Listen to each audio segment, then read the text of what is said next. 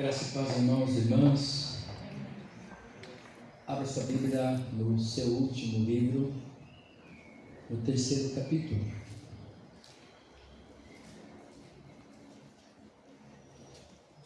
Hoje nós temos aqui uma Jesuicidência. O texto da nossa mensagem, o texto que nós lemos na leitura. Mais uma vez vamos estar atentos à leitura da palavra do Senhor, que fala abundantemente.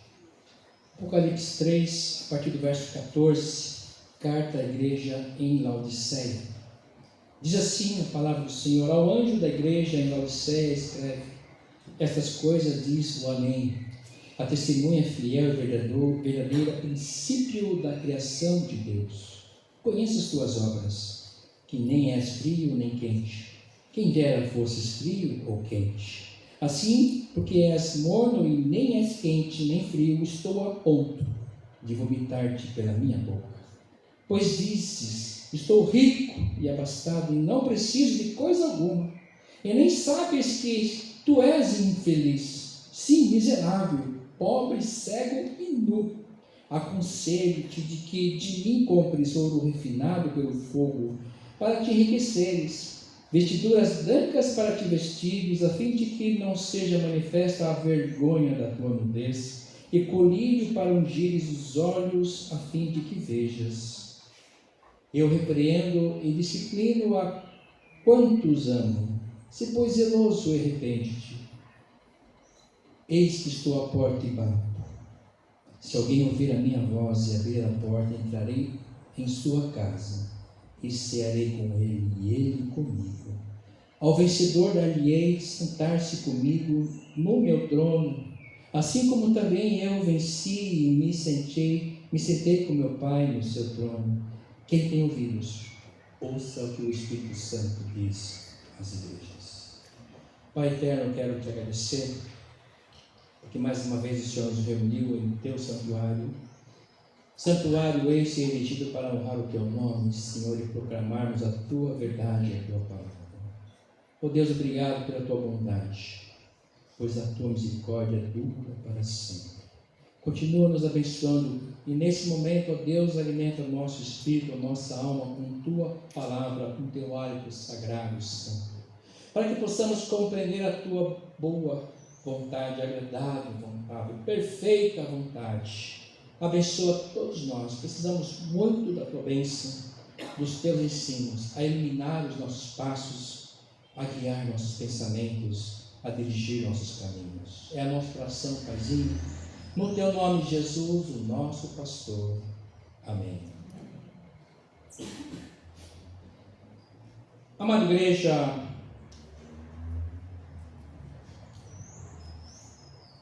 o toque de Deus.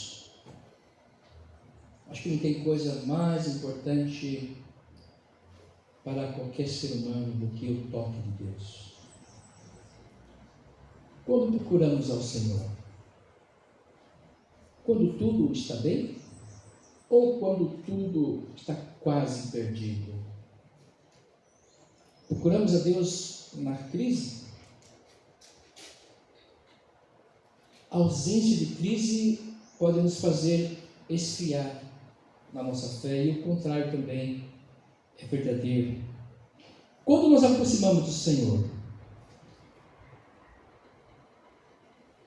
o mais importante para nós é que Ele continua se aproximando de cada um de nós. Ele continua se importando comigo e com você. E Ele continua nos chamando, nos tocando. E às vezes nós achamos que somos nós que dirigimos as nossas vidas, nossos passos. Pode até ser, pode até pensar assim, mas saiba que Deus é soberano. E eu tenho orado para que Ele mude alguns pensamentos. Tenho orado. Tenho orado para que Ele coloque em meu coração mais amor. Tenho orado. Porque é tão difícil amar.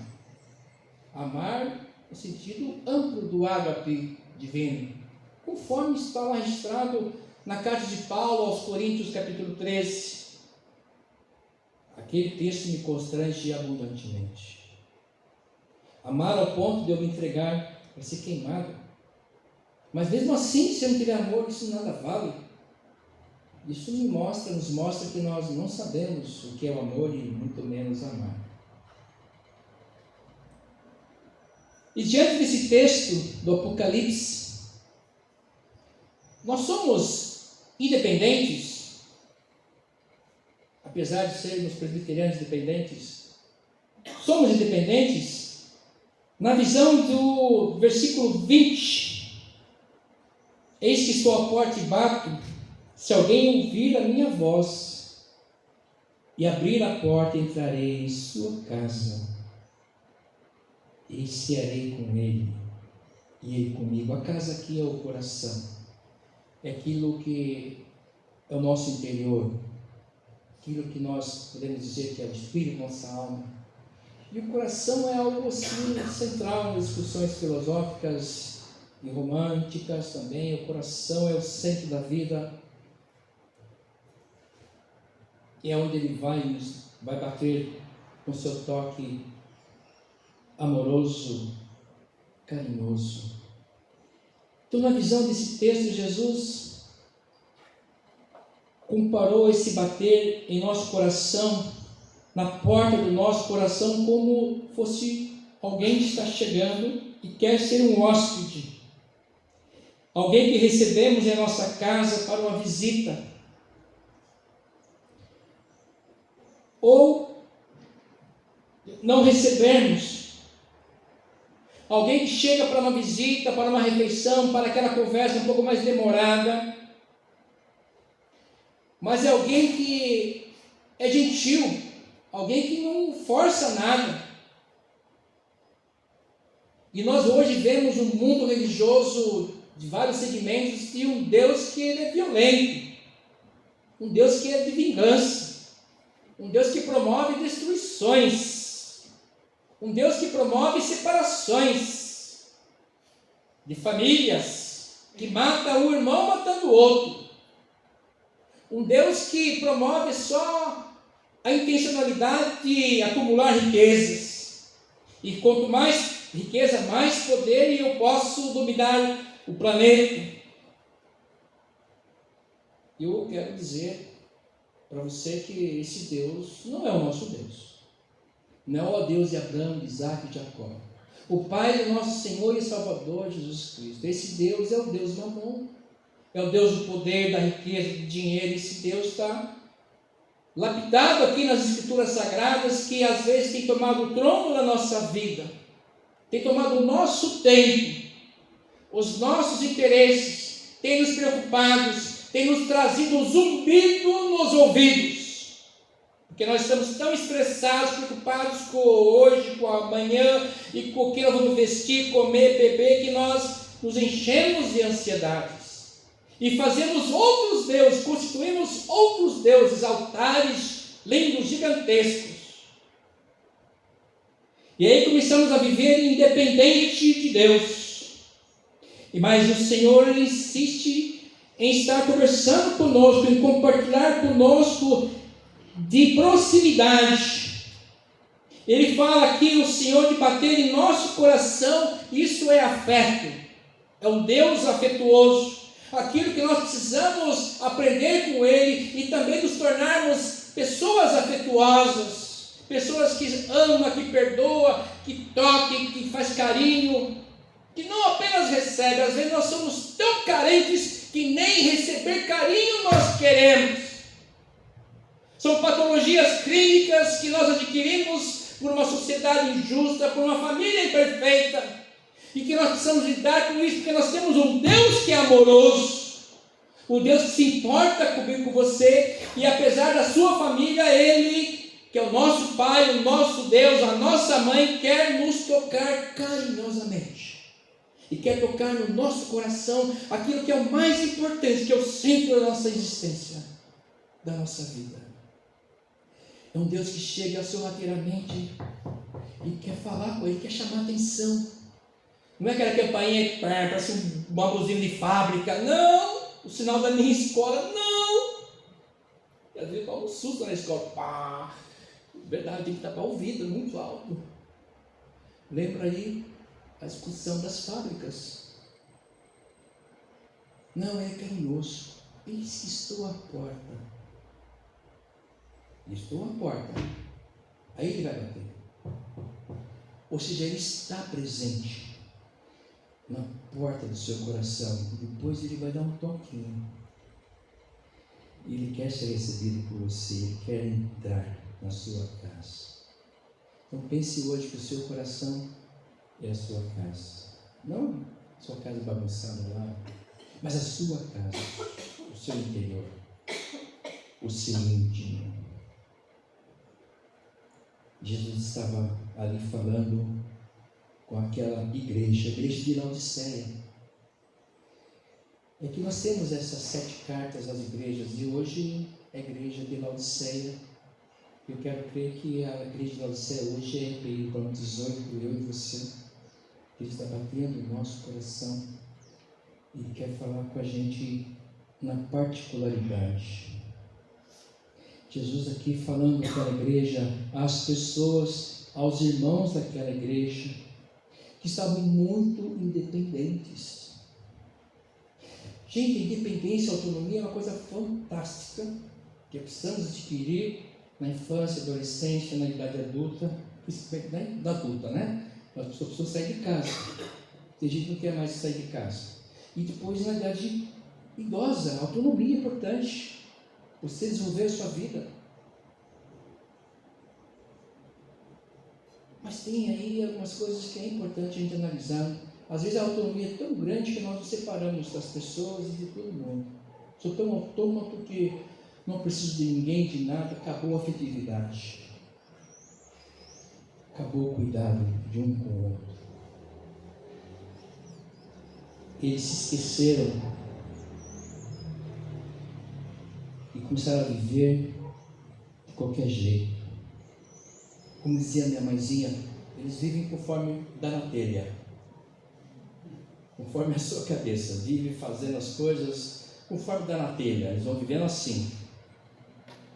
E acho que está tudo bem. Aí o Senhor fala assim: não, eu estou aqui na porta, eu quero entrar, conversar com você, te abençoar, te orientar, te dar alguns conselhos, fazer com que você viva melhor e muito mais, que você seja de fato feliz.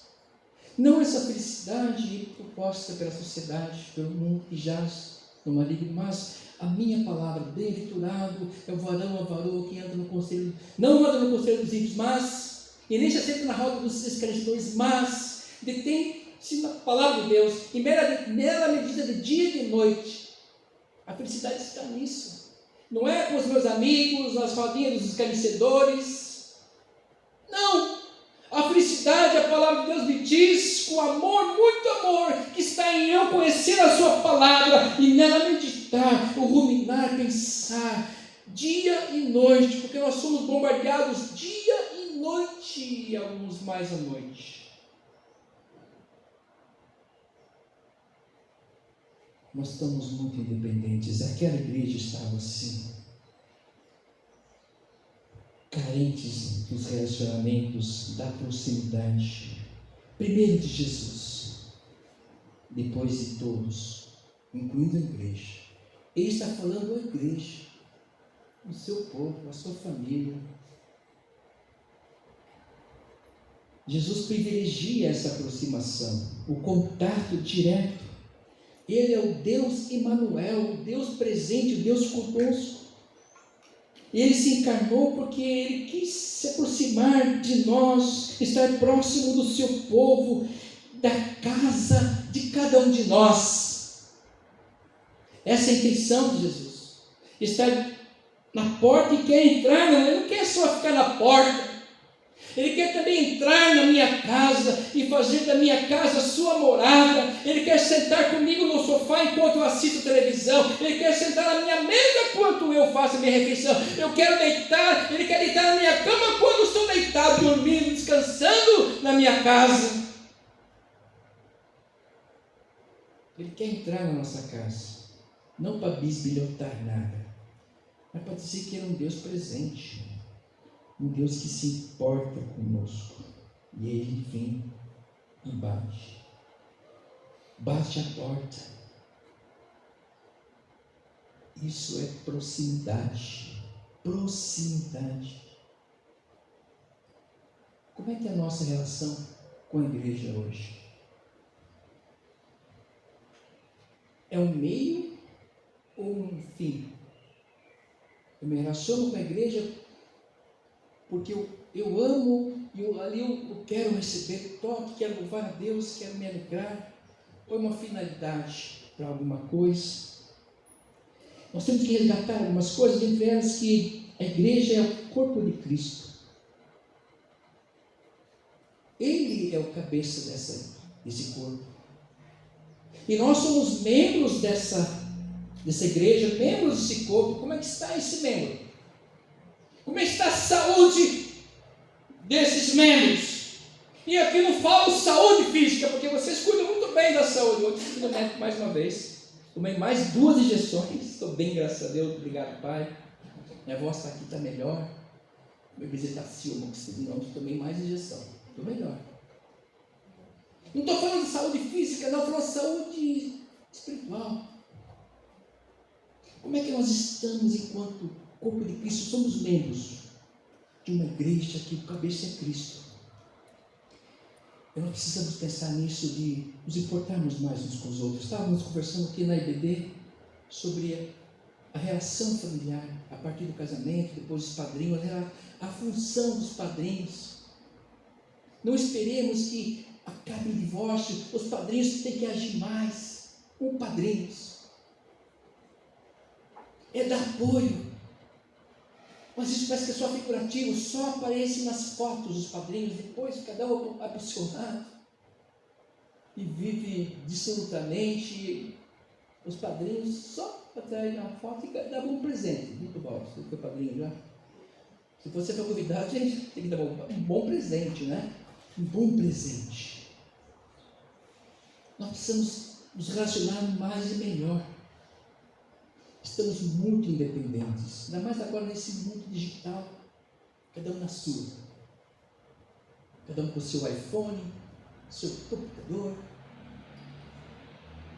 Não preciso mais de ninguém porque tem uma IA, a inteligência artificial agora, o ChatGPT, que está ganhando bilhões faturando, às custas da nossa independência, às custas das nossas tristezas, das nossas patologias emocionais.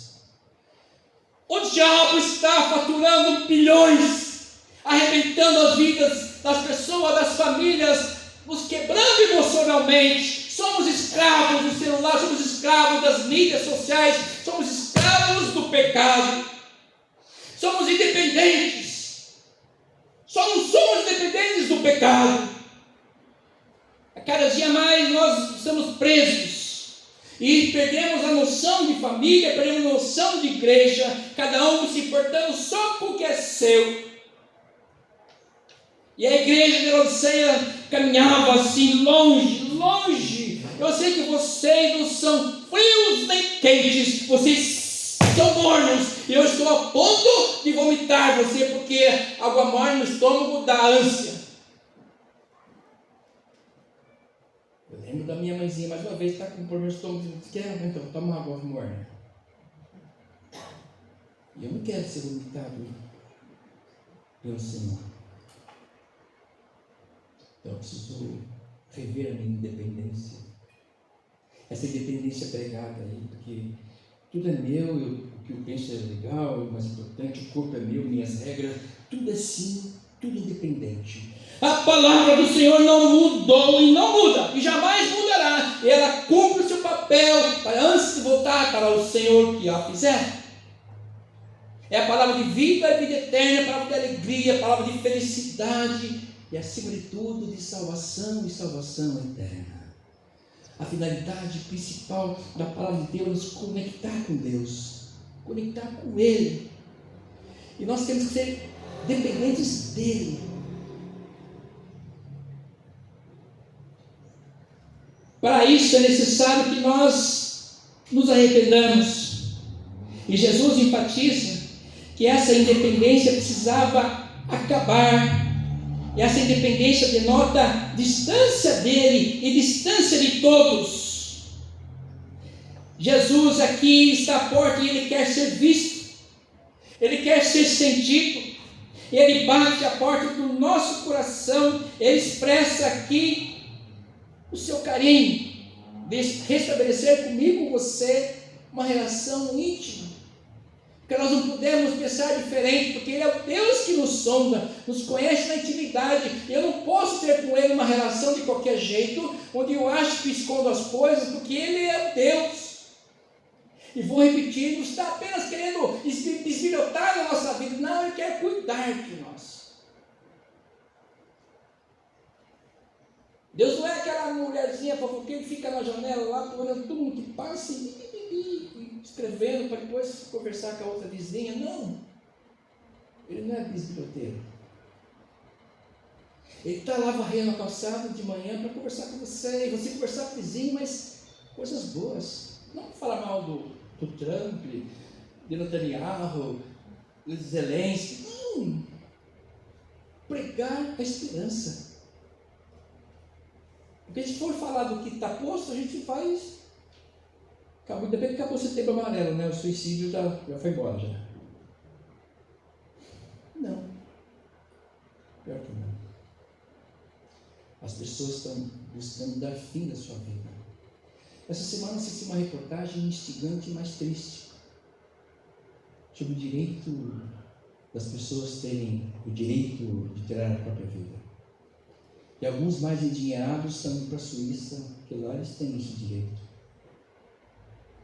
Aí vem aquela confusão das religiões falando sobre o assunto. Eis que estou à porta e bato. Ele quer nos ajudar, inclusive, nessas questões emocionais. E não é besteira, não. As doenças emocionais são sérias, seríssimas. A ansiedade, a depressão, síndrome do pânico, são doenças que estão cada vez mais presentes nas nossas vidas, nas nossas famílias. E quando tem alguém com essa enfermidade, todo mundo fica afetado. E aí eu tenho que ir para a palavra de Deus, tenho que ir para o Senhor, que Ele está à porta, Ele quer que eu deixe Ele entrar. Eu tenho que buscar ajuda. O lema do Setembro Amarelo era: se precisar, peça ajuda. Nós estamos independentes, nós não queremos ajuda de ninguém, nem do pastor. E aí estamos nos matando interiormente e promovendo a morte. Nós precisamos sim manter aí o espírito do Setembro Amarelo para toda a vida, para todo mundo. O Mike Henry, que se matou nos Estados Unidos em 94, jovem, adolescente, 17 anos. Uma vida boa, linda, maravilhosa. Tinha ganhado um carro do pai, reformou seu Mustang, pintou ele de amarelo. Mas em um dado momento tirou a própria vida dentro do carro. 17 anos, isso acordou a OMS para pensar que muitos jovens estão tirando a própria vida. Jovens que são independentes, numa sociedade independente, sem Deus. E Deus está na porta. Está na porta do coração para fazer mudança em tudo. Quer mudar a sua vida. Ele quer estabelecer uma comunhão com você, quer trazer de fato a felicidade para você, para toda a sua família, para os seus amigos. Ele quer ser presente, porque Ele está à porta. É nós que não deixamos, não, pastor, mas a sociedade, o Estado é laico, mas eu, no meu coração, não. Vamos deixar Ele entrar.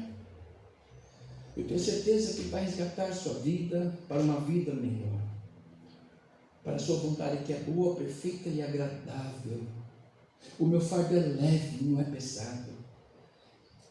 Vinde a mim, todos vós estáis cansados e oprimidos e sobrecarregados, que eu vos aliviarei, diz o Senhor. Eu sou manso e humilde de coração. Eu não venho aqui para bisbilhotar você, para arrebentar você, dizer que você não pode fazer nada. Não! Eu amo você de paixão, porque eu amei o mundo de tal maneira que dei meu Filho, Jesus, para que morresse por você, pudesse ter vida e vida eterna.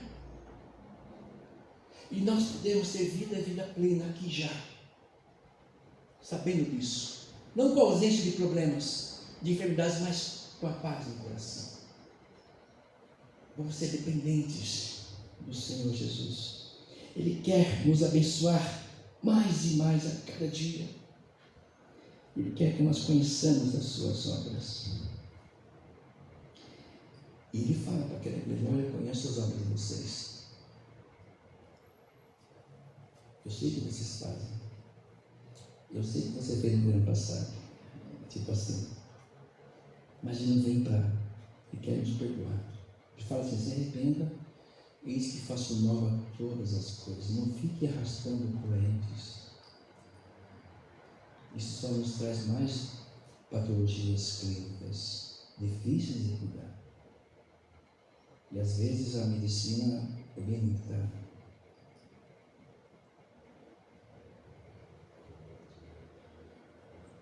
Muitos dizem assim: sou rico. Lembrei daquela mulher que fala: sou rica, né? Sou rica, ela é rica mesmo. E aí está tudo bem, não preciso de ninguém, não preciso de Deus, porque a gente acha que a vida é só dinheiro. E o diabo pensa nisso e coloca isso no nosso coração. E não é isso. Jesus ele se humilhou, veio humilde para nos ensinar. Sabe como Deus se revelou na humanidade? Você sabe que Natal está aí. Nasceu pobre. Ele não tinha nem onde nascer. Né? Eu fico preocupado, quando eles começaram a meditar sobre isso, fico preocupado com José. Ele deve ficar muito preocupado. Porque a mulher vai cobrar naturalmente. Poxa vida, que marido que eu arrumei, né? Não tem um hotelzinho para a gente poder passar uma noite. Pobreza, né? Pode pagar um quartinho, mas sobrou só um estábulo lá, uma manjedoura. Mas isso é pedagogia divina. Para ensinar a mim e a você que as coisas mais simples são as mais importantes.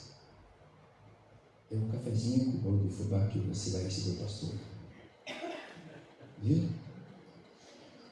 Cafezinho pretinho lá, uma fatia do bolo de fubá, coisa da terrinha, coisa mais simples. E é nessas coisas que o Senhor vai mudando as grandes. As coisas simples constrangem as grandes. É a maneira de Deus trabalhar. Fazer com que a gente pense pela vida, para a vida e na vida, por um outro ângulo. O ângulo de Deus, da simplicidade. Mas uma simplicidade que toca, é afetiva. Uma simplicidade que me faz ter ânimo, esperança. Uma simplicidade que me ajuda, que me abraça, me envolve, me faz voltar para Cristo, me faz me relacionar melhor com a minha família e com a minha igreja. Nós não devemos ser capazes desse mundo econômico, achando que a nossa vida depende do governador A, B ou C. Não. A nossa vida está na mão do Pai. E aí, Ele nos abriu o dom maravilhoso do amor, e a sua misericórdia dura para sempre, conforme diz o Salmo 136. Por que aquilo? Porque a misericórdia dele dura para sempre. Porque a salva? Porque dura para sempre a sua misericórdia. E é como Ele olha para nós. Ele nunca nos rejeita. Ele sempre nos aperta cada vez mais para o seu coração. Jesus, que conhece o coração, diz para aqueles irmãos e irmãs de Laodiceia para eles se arrependerem. Você arrepender aqui é você voltar. É uma conversão de caminho, você tomar uma nova direção. Ou seja, você não tem que apenas ser rico, tem que sempre falar. Mas a presença do Senhor. É tempo de oportunidade de nós revermos a nossa caminhada, a nossa independência de Deus e de todos. Aquela igreja foi visitada por Jesus, pelo Senhor da igreja. E ali Ele tratou cada membro daquela igreja. Cada membro que é importante daquela igreja. Se um membro está enfermo, todo o corpo sente. Então precisamos nos relacionar melhor enquanto igreja, enquanto membros desse corpo, que a igreja é o corpo de Cristo. E ele continua ainda à porta e batendo no nosso coração. Para quê? Para nos aliviar, primeiro, da nossa mornidão. Você está morno? Ele quer primeiro esquentar a nossa vida e nos fazer cada dia mais próximo dele. E eu tenho certeza que, se nós deixarmos ele entrar no nosso coração, nossa vida vai mudar. E aí, a minha conversa nas calçadas será para glorificar a Deus e pregar a esperança. Por quê? Porque Deus se importa em cada um de nós. Que Deus continue nos abençoando, se importando conosco. Isso é retórico. Que Ele continue entrando na nossa casa, em cada compartimento da nossa casa. Com certeza Ele vai organizar tudo e vai nos dar o que nós precisamos, que é segurança, certeza e fé. Amém. Louvemos a Deus. Daqui a pouco, né? Vamos para a Santa Ceia do Senhor, nos preparando para